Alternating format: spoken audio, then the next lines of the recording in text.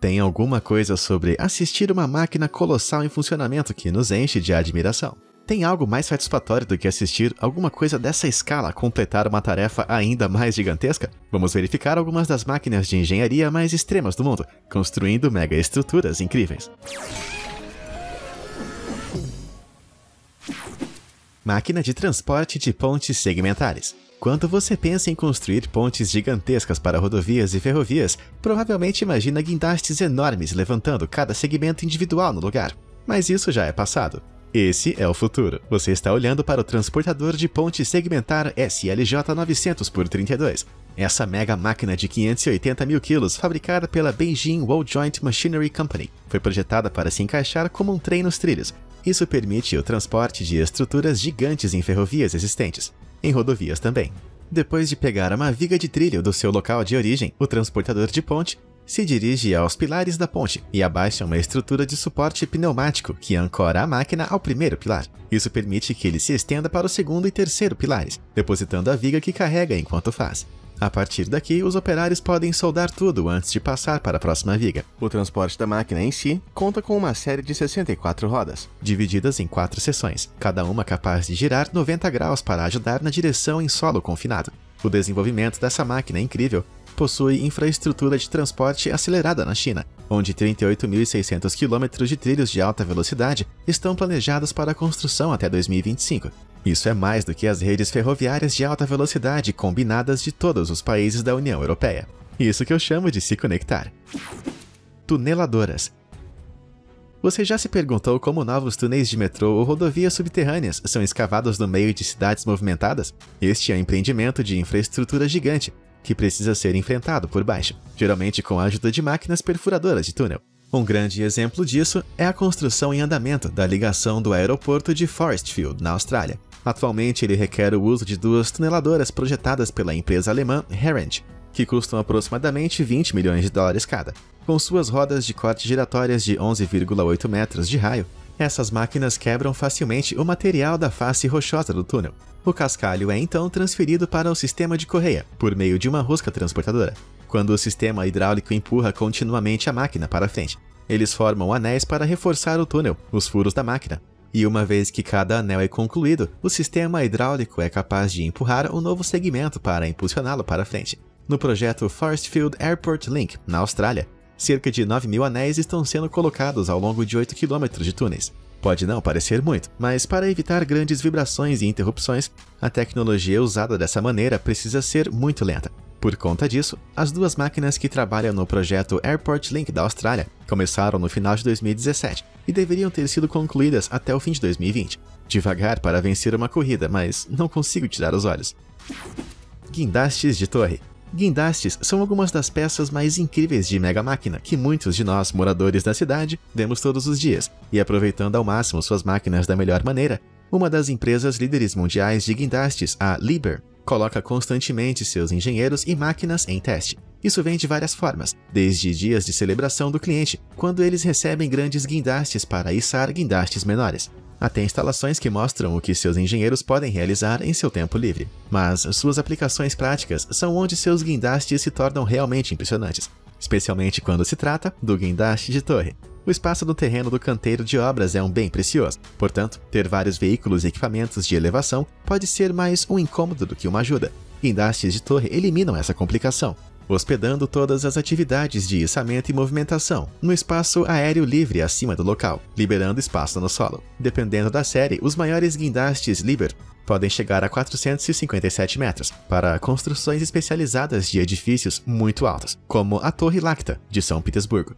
Embora a maioria dos guindastes de torre não sejam tão altos, os mais curtos não são menos impressionantes, com alguns capazes de levantar cargas que se aproximam de 42.000 quilos. Tudo isso é possível graças a cabos de içamento de aço incrivelmente resistentes e grossos, com fios mais finos ao redor de um núcleo central maior para distribuir o peso.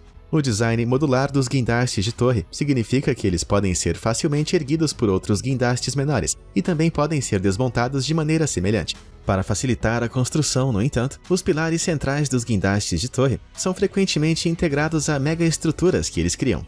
Alguns guindastes de torre podem até subir enquanto dentro de um edifício, chegando mais alto à medida que a construção avança. Esse posicionamento central permite a construção rápida de megaestruturas como o Hotel T30 da China, que é um arranha-céu de 30 andares com 330 quartos, construído em 2012. Com o guindaste de torre no centro, a construção deste edifício colossal foi construída em apenas 15 dias. Esse é um arranha-céu de alta velocidade. Usina nuclear da Geórgia. O guindaste de torre pode ser o rei indiscutível da construção de arranha-céus, mas quando você precisa mover algo mais pesado um pouco mais longe do que eles podem alcançar, ser estático se torna um problema. Construções como a usina nuclear Vogtle, na Geórgia, podem ocupar mais de 7.900 hectares, que é quase grande o suficiente para abrigar o Central Park 4 vezes. Em grandes terrenos como esses, os guindastes sobre esteiras são a arma escolhida por vários motivos. Para começar, as unidades 3 e 4 do projeto de expansão Vogtle na Geórgia tinham telhados de contenção nuclear pesando mais de 900 mil quilos cada, com 41 metros de diâmetro e 11 metros de altura. Cada um desses anéis pesava mais do que 2 jatos jumbo, com até mesmo os guindastes de torre de carga mais pesados atingindo normalmente cerca de 50 mil quilos. Eles precisavam de algo com um pouco mais de potência, então eles foram com o Lamson LTL 2600, um guindaste totalmente móvel com um braço de 121 metros, que pode levantar até 1.200 toneladas, tornando ele perfeito para esse trabalho pesado. O verdadeiro poder da engenharia. Plataforma Asta Hansteen. Você já se perguntou como uma plataforma de petróleo é construída tão longe do mar? Essas são algumas das maiores estruturas náuticas do mundo, e as máquinas colossais que ajudam a construí-las são igualmente impressionantes. Veja, por exemplo, a maior plataforma de petróleo do mundo, a Vasta Hansteen. A plataforma de mastro desta estrutura incrível foi construída na Coreia do Sul e mede cerca de 200 metros de comprimento, 50 de diâmetro e mais de 46 mil toneladas de peso. Essa incrível mega-estrutura precisava ser transportada da Coreia até a Noruega, onde o líder do mercado global de transporte marítimo pesado entrou em ação. Este é Boskalis Dockwise Vanguard, um navio de transporte pesado submersível, que pode afundar 27 metros abaixo das ondas, permitindo que máquinas pesadas flutuem na plataforma, em vez de serem trabalhosamente levantadas. As versões mais recentes dessas embarcações projetadas sem proa acomodam uma surpreendente capacidade de porte bruto de mais de 117 mil toneladas. A viagem durou pouco mais de 2 meses, percorrendo 26.854 km. Quando chegou ao local designado em dezembro de 2018, 50 milhões de litros de água foram bombeados para elevar o casco, e ele subiu lentamente como um colosso oceânico. Projeto Tianung. Então, você viu o que acontece na construção da parte subterrânea de uma plataforma de petróleo, mas onde os trabalhadores do campo de petróleo vivem e também armazenam os equipamentos enquanto estão no mar? A resposta é em cima. Mas, como vimos com a plataforma de mastro Asta Hansteen, nada dessa escala é construído do zero, no meio do oceano. O topo da plataforma de campo Tianung BK-TNG não foi exceção a essa regra. Construído no mar, o projeto exigia um convés superior de 4.200 toneladas e um alojamento habitável de 850 toneladas acima disso. Agora, levantar coisas na terra é razoavelmente simples, pois a maioria das máquinas pode ser aterrada e contrapesada na terra. Os navios de elevação marítima, no entanto, requerem uma engenharia complexa para garantir que toda a operação não vire. Para o empreendimento como a plataforma Tianung, que era na época a instalação de elevador náutico mais pesado do mundo, eles precisavam trazer grandes planos. E cara, eles fizeram.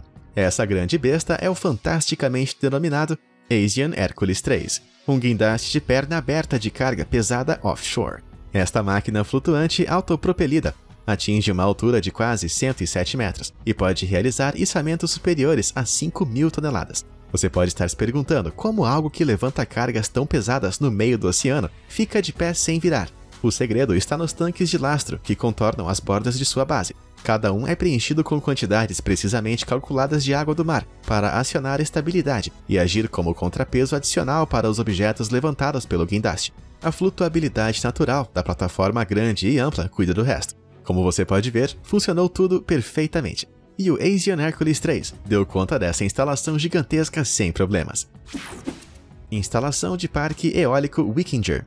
Se você voou em um avião nos últimos anos, pode ter visto um desses parques eólicos no mar. Mas você já considerou o tamanho dessas turbinas eólicas geradoras de energia renovável? Enquanto as turbinas eólicas em terra podem atingir 175 metros de altura, as turbinas no mar podem atingir uma altura gigantesca de 260 metros. Para uma perspectiva, isso é mais da metade da altura do edifício Empire State. Assim como os outros projetos no mar, essas estruturas colossais precisam de uma série de mega-máquinas para colocá-las no lugar. A instalação do parque eólico Wikinger foi realizada em 2017, colocando mais de 70 turbinas na costa da Alemanha. E eles usaram o Fred Olsen Wind Carrier para concluir as etapas mais fundamentais do trabalho. Essa máquina é uma embarcação autoelevatória, que é um navio que contém 4 balastros autoelevantes, que pousam no fundo do oceano, e isso um navio acima das ondas. Isso significa que a construção das estruturas gigantes não está limitada à altura do guindaste acoplado ao navio, e permite aos operadores um maior grau de precisão durante a construção. O guindaste em si pode suportar um peso máximo de quase 800 toneladas, e encaixa as peças individuais da turbina como uma criança montando um Lego. Só falta armazenar o vento. Guindastes da ilha Wiggins.